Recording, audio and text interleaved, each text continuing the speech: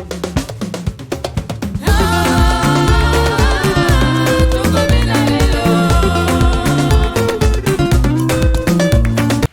journey of 1,000 miles begins with a step.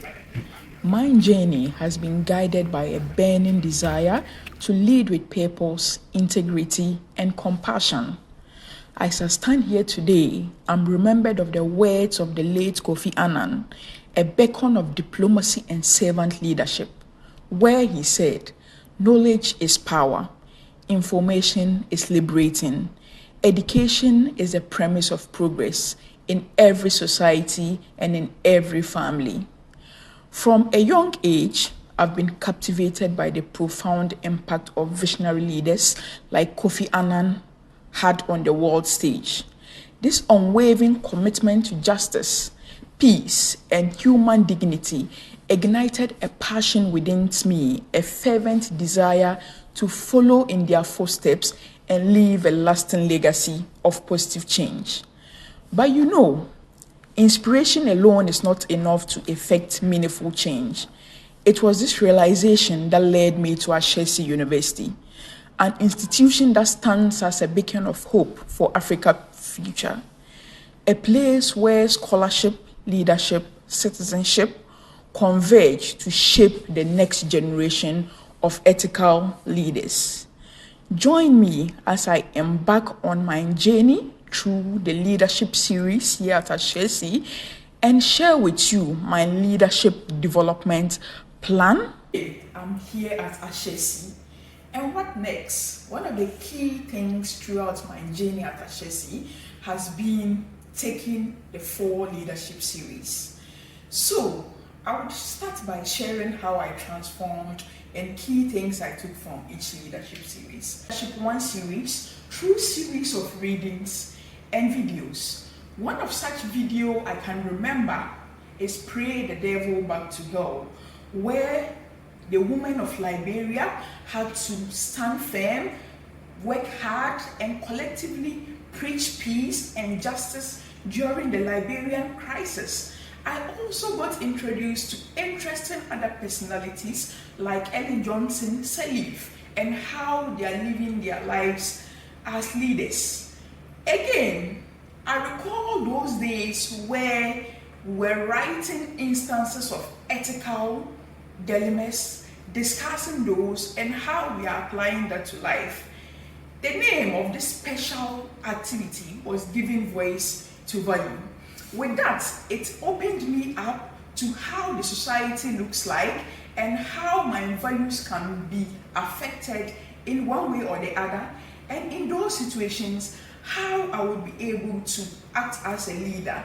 One key insight from that was being firm, believing in my values, and ensuring that the right thing is done. The journey didn't end there. Of course, it's a build up. So we moved to Leadership 2. The key things I picked from this Leadership 2 series was around making decisions that are well best and suited for a collective group of people. I also engaged in leadership discussion with my classmates to see how certain rights of people can be compromised as we go along the journey of this leadership. We moved further to Leadership 3. We wanted to know how leadership and economic development coexist. In that, we're focused on looking at the economic nature of societies, ranging from capitalism, socialism. I remember being introduced to books and readings around capitalism, leadership, as well as economic development. One of such readings I can remember in my leadership trade was Schumacher, where he said small is beautiful, emphasizing on the small things we do as we try to advance or make certain decisions in life or take certain actions in life. Indeed, he stressed that small was beautiful and there was a need to start small. One thing I also picked was capitalism, socialism, how the whole concept of certain people managing the entire resource of a country or society and how that affects the other people, as well as socialism. So for me, all these leadership series were built up for me to explore, develop my potential, and the climax of it all was the Leadership 4 series, where for me, in order to understand and fully track my progress, I started by developing a SWOT analysis.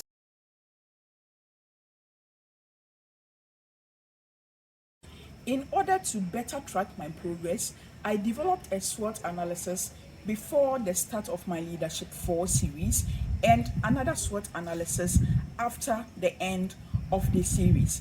From the initial SWOT analysis, you could see that I had strengths in communication, I had strengths in critical thinking. However, there were weaknesses around organization, procrastination, and then over depending on people and other resources. Now, I however noticed that there are opportunities for me to grow. And what are these opportunities? Opportunities around networking, opportunities around collaborating to work on projects, and opportunities around engaging more in the community and wherever I find myself. So this was the main thing I capitalized on in transforming myself from the beginning in terms of my SWOT to the end. One of the key things I picked was networking and attending programs, listening to guest speakers that come around to speak. I remember in the course I attended two main guest lectures, one of which was from Honorable Ampofo, where he stressed the need of we following our passion and doing what is right, because one of the things he said was that a good name is better than riches, which was something I picked key from that conversation. Also, in order to overcome my weakness around procrastination, as well as over dependence on certain things, I needed to know myself very well. And a piece that was helpful was Knowing Oneself by Drucker, which emphasized the need for me to really understand myself in order to be able to transform from that particular initial SWOT to the final SWOT. Again, an opportunity for development was collaboration on projects. And for me, the service learning project was one of the key highlights for me, because I collaborated with 4 other friends to impact over up to 100 students in Brekoso. This didn't just create impact, it also developed and instilled certain skills in me around collaboration, around planning, then being critical thinking, and utilizing available materials. However, during the process, there were threats, of which key threat was around procrastination and having so much to do at every point in time. But I was very mindful around scheduling and planning my activities, the ability to prioritize some of the activities over others, the ones that had pressing needs and demand. So for me, this whole journey of transformation from my initial SWOT to my final SWOT was really impactful, and I have plans for the future in creating a vision that would create impact. So I guess you are interested in my biography. So I'm actually here to share with you key components of my life growing up to this age of retirement. So growing up in a society that faced so many problems, one of the key things I was interested in is creating impacts and living a life not just for myself, but then for the entire society, leading a change through leadership as well as community engagement. So at a young age, one of the key things I did was volunteering for community engagement activities ranging from cleanup exercises to community health volunteer, where I administered some community drugs for small children. I also got the opportunity to volunteer for IT training programs. So when I came to Ashesi, I got introduced a lot to leadership and how I can live like a servant leader, a leader that is, let me say, concerned about the society and not just one personal gain or objective. So servant leadership was one of the key things I picked when I came to Ashesi. While at Ashesi, I was inspired to create more change. So I started a non-for-profit organization called STEM for All, and with the hope of reducing the lack of STEM education by students that are actually in deprived community. So through this non-for-profit organization, we've been able to impact up to 500 students in northern Ghana, that is providing them practical STEM education. Also, my activity within the community has earned me numerous recognition, from being a Kofi Annan Changemaker Fellow, which is a global fellow fellowship program that recognizes change makers. My passion for leadership has also pushed me into being nominated as part of the top 10 finalists for the Global Student Prize. So throughout my youthful age, to the time I started working, I took up leadership positions in the workplace. So I was the managing director of an organization that seeks to promote the rights of women and the girl child. And through my activities within that organization, I was able to expand the reach of the organization from 2 regions within Ghana to 8 regions. That's expanding our impact. I was also able to strive or drive major changes within the organization, which led to attraction of more investors to aid us create more impact.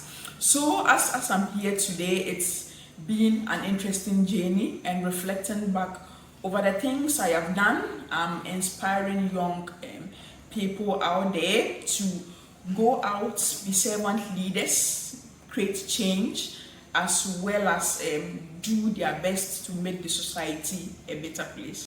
In order to get me close to my 70-year-old self, I have developed an action plan focused on developing key competences in areas of improvement.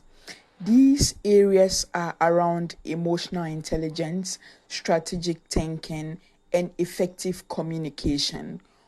But how do I achieve these set goals? So I've developed a SMART system for the various 3 areas of improvement. Emotional intelligence, I would achieve this by attending workshops and completing 1 workshop or 2 books within the first 6 months after starting. I would always dedicate 30 minutes daily to practice meaningful reflection, and it's relevant because it's related to areas of improvement within my SWOT analysis. For strategic thinking, I would also enroll in courses, and I would be able to track this through completion of 2 courses within 1 year after I've started, and also allocating 2 hours per week to apply some of these concepts learned. Relevant because it's an area where I hope to improve upon. The last but not the least is effective communication, which is key to me as far as becoming a leader is concerned. I would achieve this by taking public speaking courses. I would measure this by delivering 3 presentations and receiving feedback from peers within the first year. As a way of navigating this path, I have gotten an enforcer called Veronica Winkom, and I have written a letter to her which reads, "Dear Veronica, I've outlined my action plan for personal development over the next 2 years. I'm focused on enhancing emotional intelligence, strategic thinking, and effective communication. I'm reaching out to you for your support in holding me accountable, providing feedback, and offering encouragement along the way. Thank you. So, this is the letter I've presented to her, and hopefully, with her guidance, I would achieve my personal development plan.